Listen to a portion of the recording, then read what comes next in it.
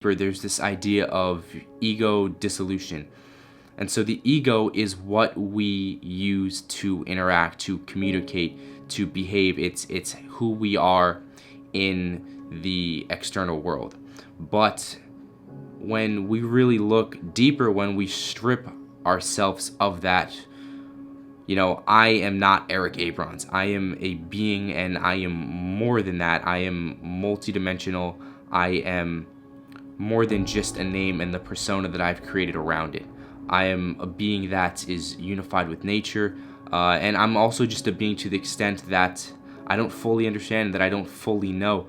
But that's part of the journey. That's part of the realization that sort of has to occur in order for you to, endeavor down this path of, diving deep into who you are below the surface level. A lot of what I've looked at and realized is that there's a certain extent in which people live just surface level and above lives, in which they don't go beneath the surface into their unconscious. They don't tap into their psyche. They don't really understand who they are beneath how they interact with people on a day-to-day basis and how other people perceive them.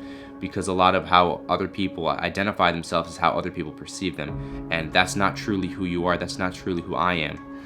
And so that's what being alone will allow you to do, and it'll give you this fulfillment. It'll give you psychological well-being.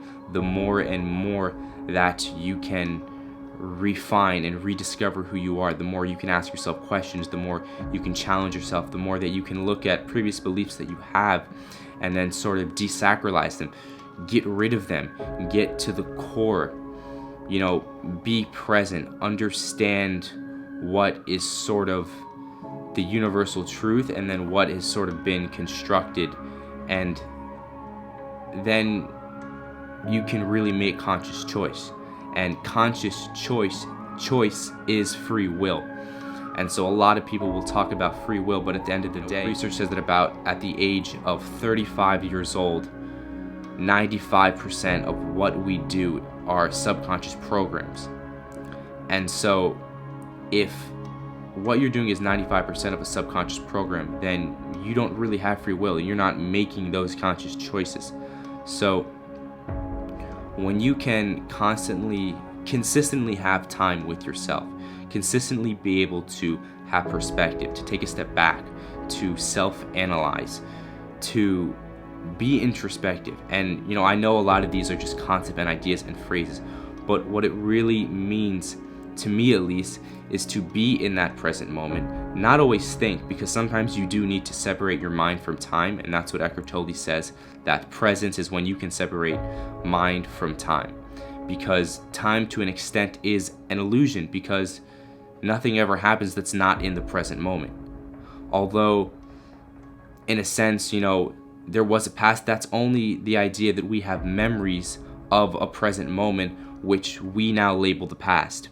And the future is this expectation of what we think things will be. But still, the future will never come, and the past never existed. Everything happens in the now, in the present moment, the very here. And so when you realize a lot of these ideas, life becomes a lot more simple. Things aren't so complicated. You aren't consumed by everything. And you become the creator of your world. You are the decider of your faith and what you do. And then life is inside out instead of the other way around. And when you can come to this realization and then live life in this particular way,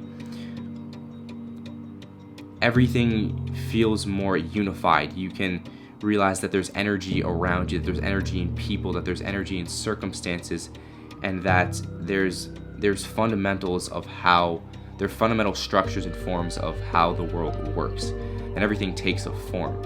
And then there's this idea of realizing what forms are really natural and universal, and then what has been a creation of the ego and an abstraction of humankind.